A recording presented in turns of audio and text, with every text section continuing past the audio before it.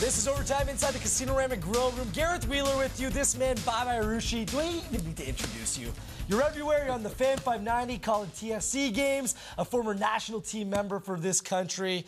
Welcome to the show, first of all. Thank you, Gareth. And we're discussing on the Casino Rama Grill Room a little earlier just about the state of Canadian soccer. And in your eyes, I know it's got a long way to go, but is it on the right track, Bobby? Well, I think so, but Canada has to understand that nobody's going to promote this country except Canadians. The MLS is not going to promote Canadian development.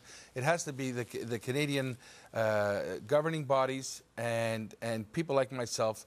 And I think we need a league. We need a Canadian league. We need a league that plays, put like the cherry on top of the parfait for all the participating clubs. I think you need clubs that have 10, 12,000 registered kids combined, putting a senior team on top so that you have that automatic pyramid. Right? Yeah, and I think we need to. When I played, we had the National Soccer League. Now it was ethnic, and there's nothing wrong with Toronto Italia, Serbian White Eagles, Toronto Portuguese. They were great at that time. But today, the communities are Oakville, Oshawa, Burlington, Hamilton, and that's what the team should be called. Now, MLS was seemingly the path to go, the route for Canadian soccer, a model that they can ingratiate themselves into and become a part of, with Toronto, Vancouver, and Montreal coming into the fold. Now, MLS scales back the mandatory Canadian content on these teams, and to me, it just seems like a big slap in the face to Canadian soccer.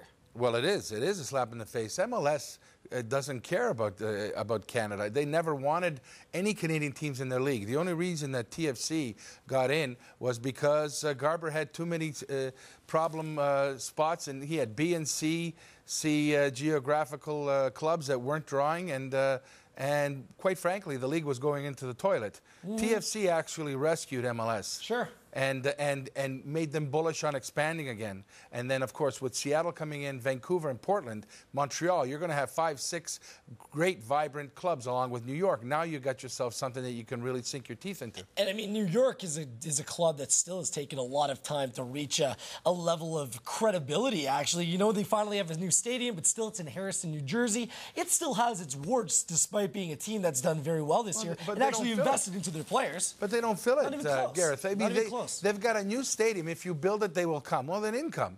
Yeah, sure, they got their 12, 15, 17,000. They may have filled it on an occasion where they had Beckham who came in. But other than that, they're not filling the stadium. So, you know what? If you live in Staten Island or in South Connecticut, you're not going to Patterson.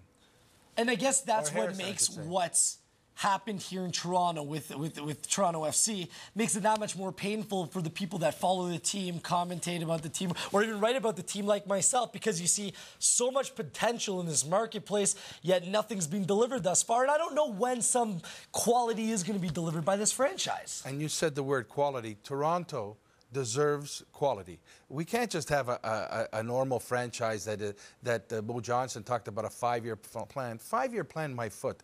This is Toronto. This is probably, arguably, the best soccer community in North America. We need quality people. We need quality people. We need quality players. We need a quality coach. Is that so difficult to find? I don't think so. Well, it disturbs me that I hear some people are being won over by the notion that Earl Cochran should maybe stay in the general manager's position and maybe Nick Dasovic should stay in the head coaching position. That's not what this city needs. We've been there, done that with the same administration, the same group of people. You need fresh blood to come into this team, come into this organization, and set them straight.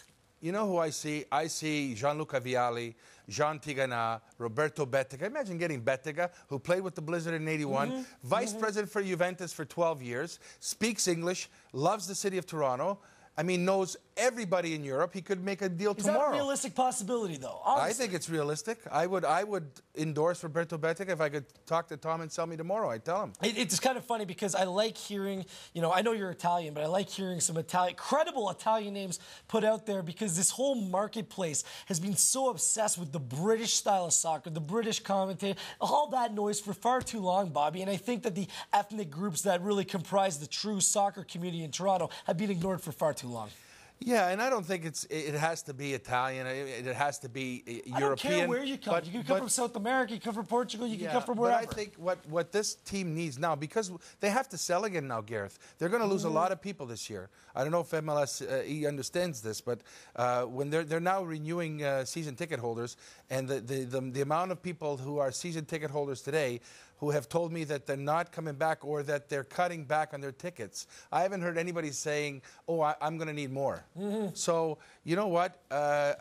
Paul Burney said that there are 10,000 people waiting to get season tickets. Well, How many of them are scalpers? How many of those are ticket scalpers? And then even those guys can't sell their tickets anymore. Bobby, keep up the good work. Thanks, Gareth. We're going to keep our fingers crossed, and hopefully positive change can be made at this club. Both of us want the team to do well, and that's the important thing. We'll see you next time.